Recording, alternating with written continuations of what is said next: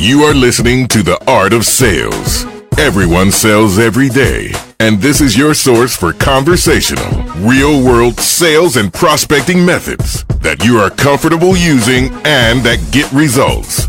You'll help people buy instead of pushing them into being sold.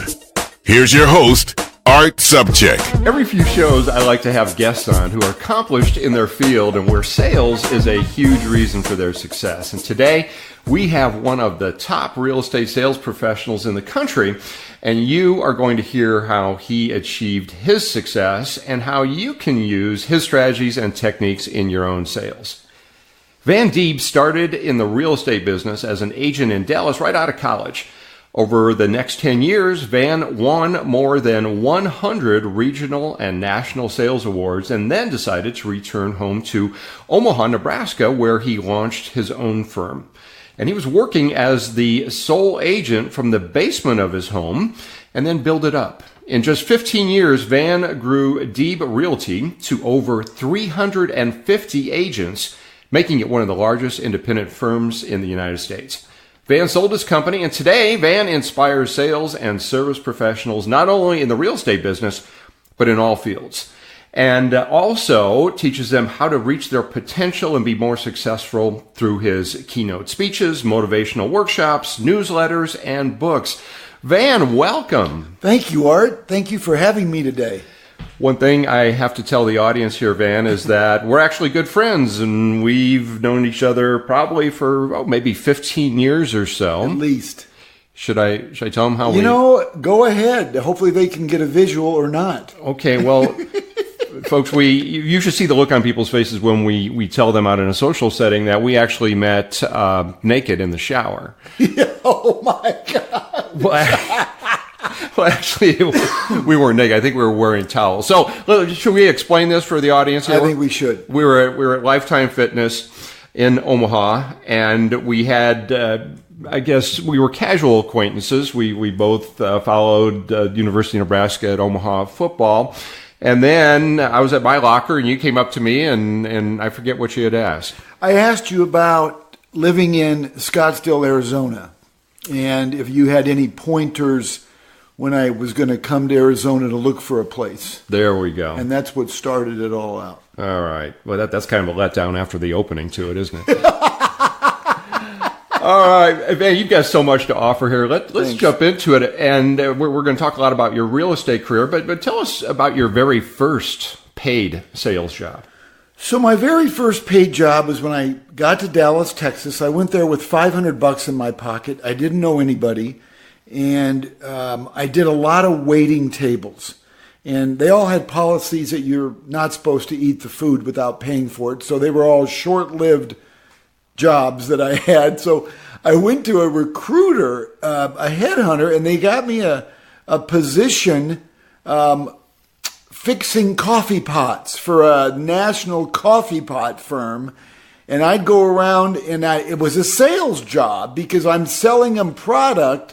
And if they had a problem with their coffee pot, I was trained to fix it. And so that was my first attempt at being in sales. In my next job, I worked for Xerox selling copiers. And that was like a military-style job. It was just not my style. I had to wear a certain outfit. I couldn't have certain hair over a certain length, and you drove around in a van with a copy machine in the back, and you called on people, and then you wanted to demonstrate what you had. So that wasn't for me.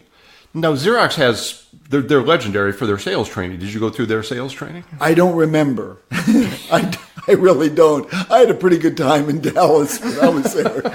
So I just know that the name sounds familiar, and I'm pretty sure I worked there. All right. So those sales jobs that you had, by the way, folks, you can tell we're going to have some fun here. Quite often we act like teenage junior high boys. I thought we were.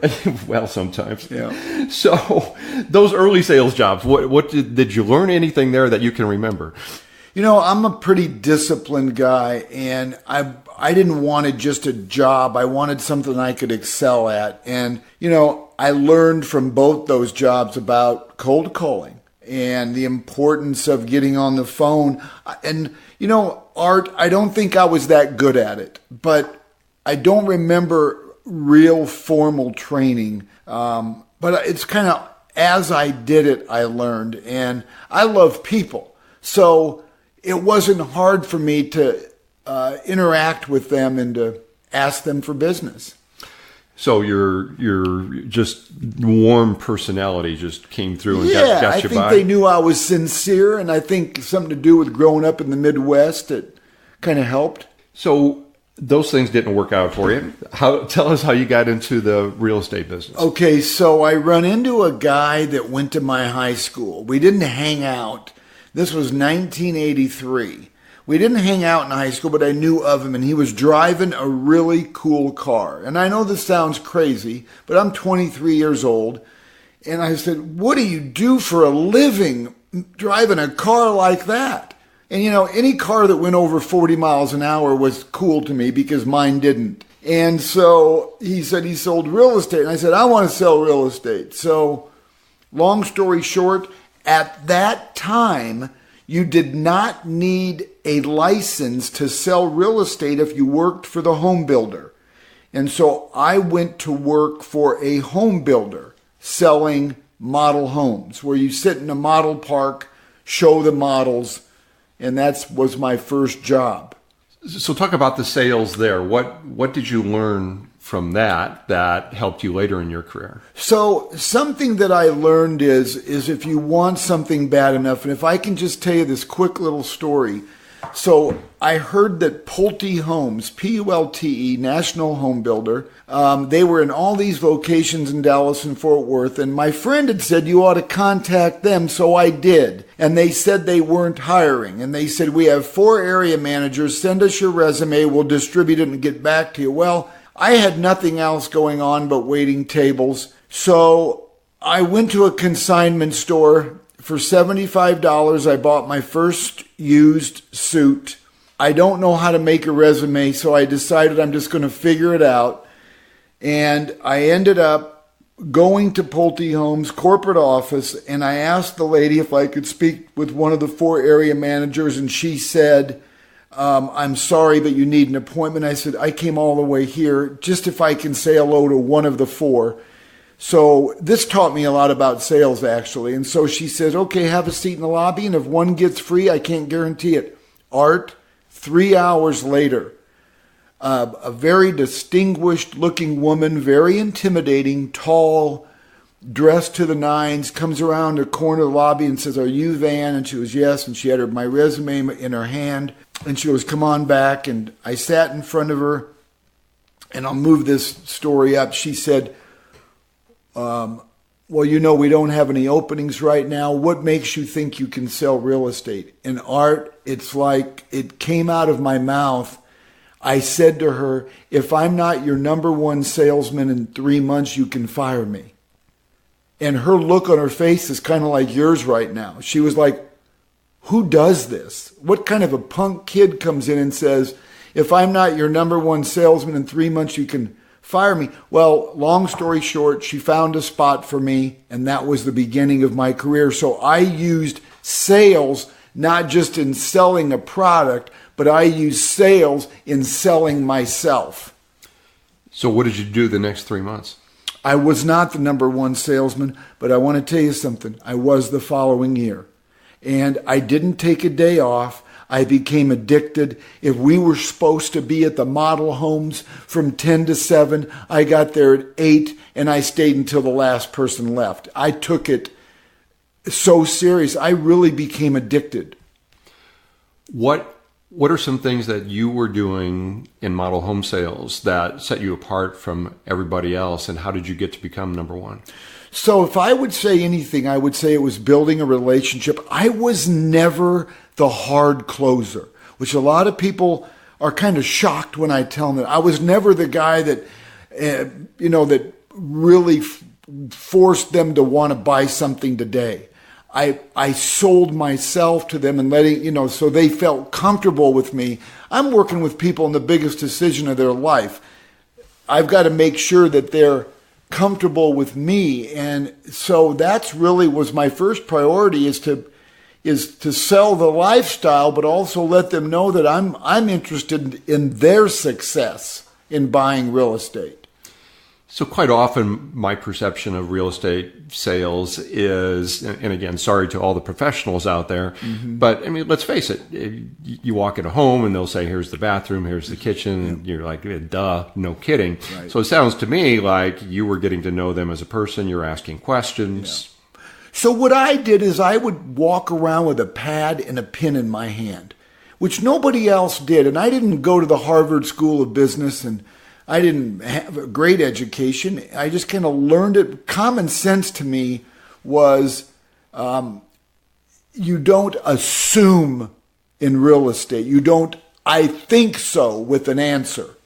So when somebody would say to me, how old is the air conditioner? Or what's the monthly fees or whatever the question may be, I kept a pen and pad, and I would write down their question. I said, let me find out and get back to you. So immediately I've built trust, because I'm not one of these saying, I think so, I assume so. I didn't want to be that guy you're talking about saying this is the dining room and this is the kitchen. I wanted to add value. And so I'd even go as far as if somebody was moving to the city and their trailing spouse was a teacher, I'd even make, recommendations. I'd say, how would you like to meet the principal of one of the best schools in Omaha? God, I'd love to. So I would do things that you really don't have to do. But I was interested in building relationships, not just the quick sale. So let's fast forward a little bit then. So Sure. You were in Dallas, you're winning awards, and did you stay selling model homes, or did you go? No. So I didn't mean to interrupt you. No. So that's right, you did. But okay. I think you're used to that with me. I think you're used to that. People interrupt me all the time. You're just kind and you don't say anything. So Art, after 2 years, people were coming to me saying, "Hey Van, we're ready to move. Can you sell our house for us? We'd like another location, whatever." Well, if they weren't going to buy another home of the builder I represent, I couldn't help them. So then I knew it was time to get my broker's license. So then I went out and got my salesman's license so I could sell general real estate anywhere. And I went to work for a company, a brokerage firm at that time. So that had to be a little bit harder, because with model homes, you have people just coming in the door. Did you have, what did you do to seek out business and build a following? So I went to the top agents in the company and I said, "Can I hold your houses open?" And they said, "Sure," because I'm very frugal and I didn't want to go spend all this money on advertising. So I would hold an open house Saturday from 12 to 2, 3 to 5. Sunday, 12 to 2, 3 to 5. Then eventually I met all these people, built my client base up, and eventually I'm only doing one open house on a Sunday. So that's how I built my client base up. So really the secret sauce here was hard work and determination. Just discipline. Yeah. I mean, you've got to be visible. I really believe in sales. Either it's with a pen, it's with a technology, or it's in person. You got to be visible. All right, so you built up your business there, and you had a following, but then you decided to leave it all and go back home to Omaha, where you were pretty much unknown other than your illustrious football career, which people probably don't know about. You might want to just tell us about your football career. I was the only third-string defensive linebacker in the country to win the Heisman. You did, really? Yeah. I must have missed that. So I only got to play Art if the cheerleaders were hurt.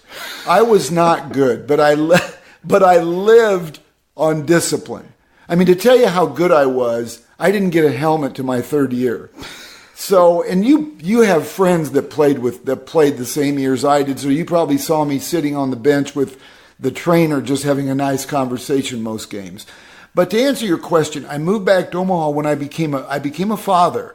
And so it made it easier to be with my family and have my daughter if we went back to Omaha. So that was the only reason.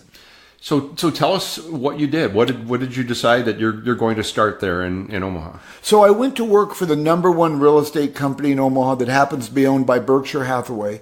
And I lasted 6 months. It just wasn't my culture that I was used to, and their philosophies and policies were not what I thought would be good. And so, what I was used to in Dallas.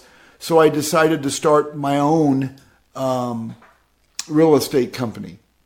So I went to work. So I started out of my basement. I decided just to start my own thing. And how did you get that off the ground? So actually, Art, my plans were to just keep it small and to just keep a dinky little company and work with people and buyers and sellers. And then I had agents say, hey, I like the way that you do business. I like the way you treat people. Can I hold my license with you? And actually, that's when it started snowballing. And then what I did is I had a philosophy, and I still do today, that I wanted my agents to feel like they were my customers. So I figured if I make my agents and treat them like I would a customer, I'm going to have the happiest agents in town. Well, Art, word traveled.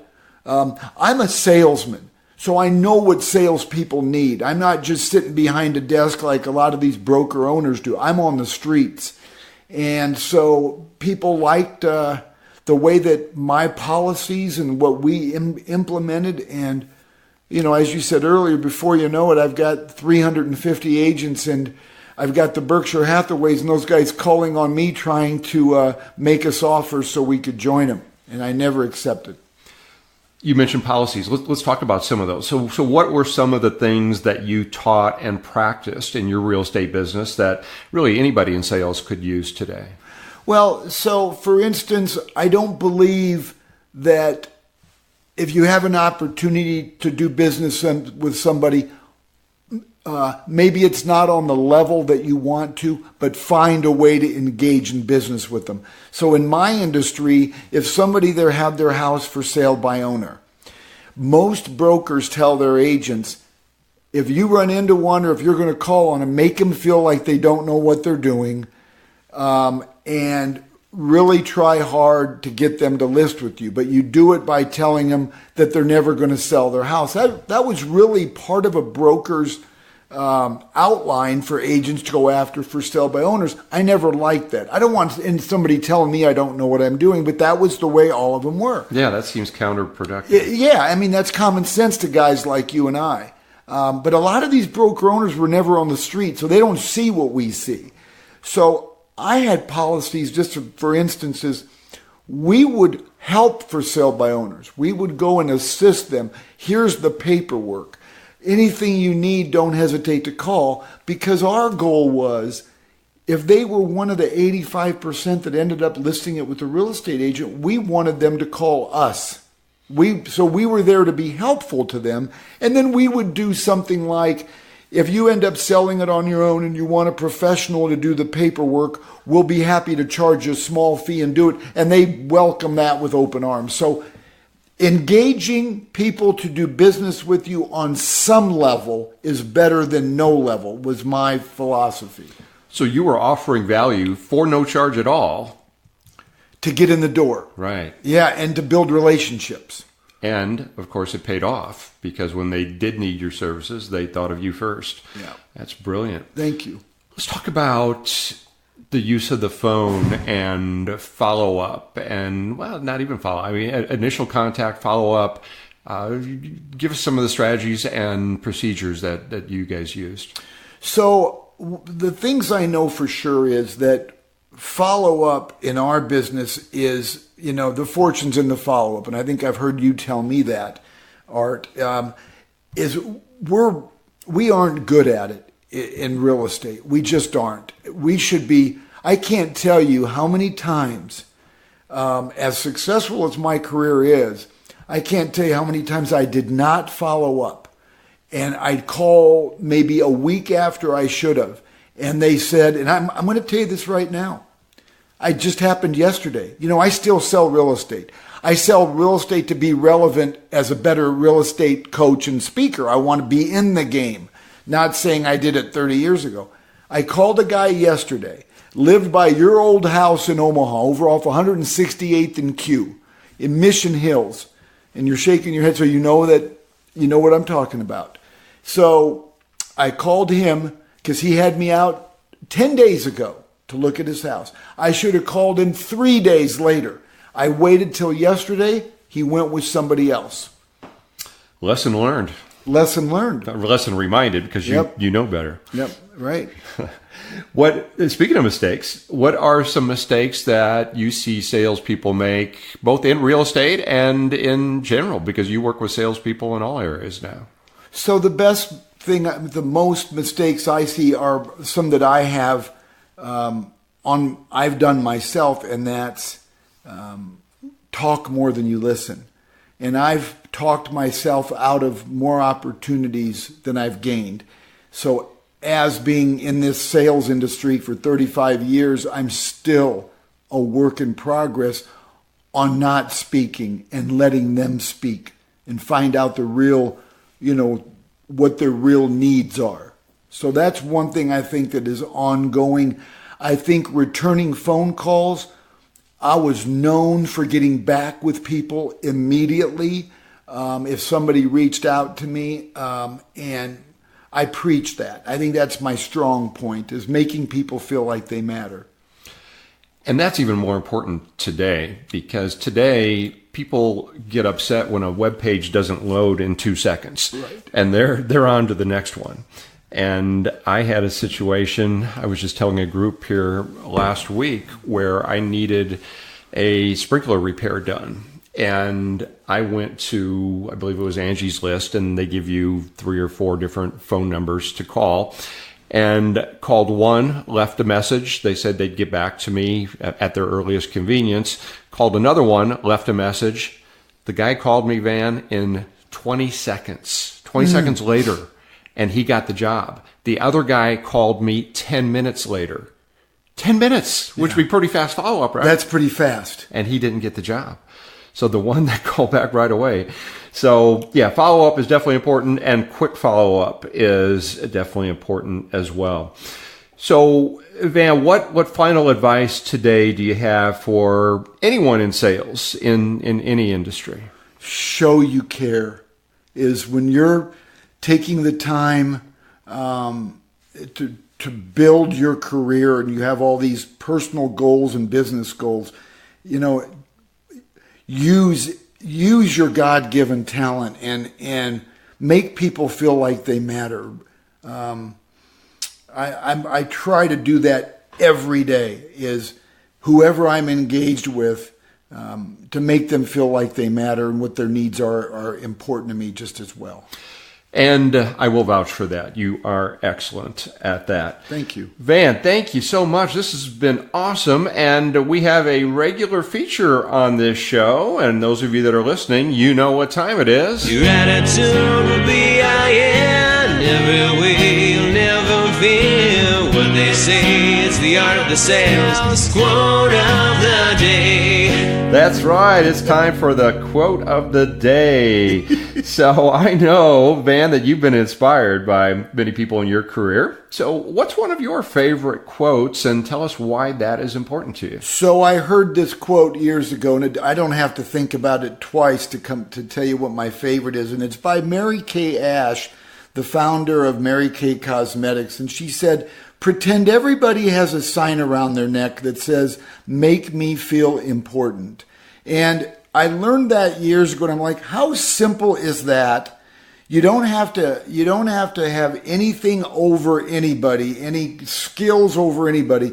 We all have the ability to make people feel important. And, just an example, I'm at Walgreens.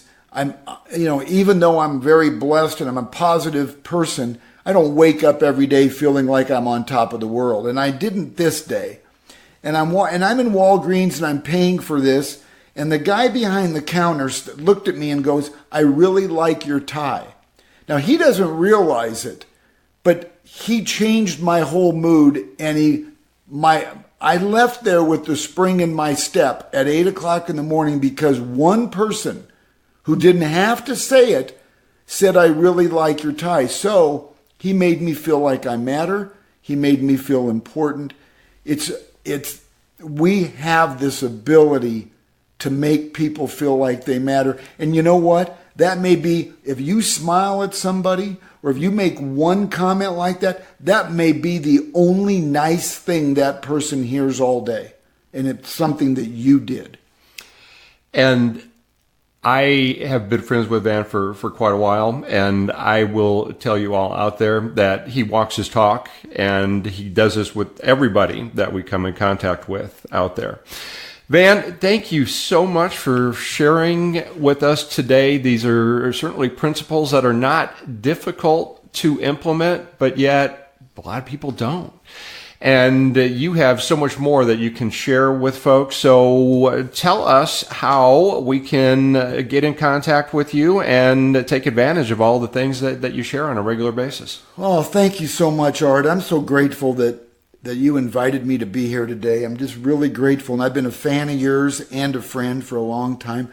They can get a hold of me by going to vandeeb.com, VANDEEB.com. Or I'm on Facebook, Van DEEB, LinkedIn, and I even have my phone number everywhere. So I'm pretty easy to get in touch with. I've always said you can find me in the phone book, but I don't think people look at phone books anymore. So, and you have several books, and people can get those at your website as well? They can at vandeeb.com, yes. And you also have an email newsletter that people can subscribe to. So I would encourage folks to do that. And Van also is a speaker and trainer specializing in the real estate business, but you're not exclusive to real estate. So if you'd like to have Van come out and inspire and work with your group for both training and motivation, you can contact him through his website. Again, vandeeb.com. We'll have that in the show notes. All right. Thank you again so much, Van. And thank you so much for sharing your valuable time with us today.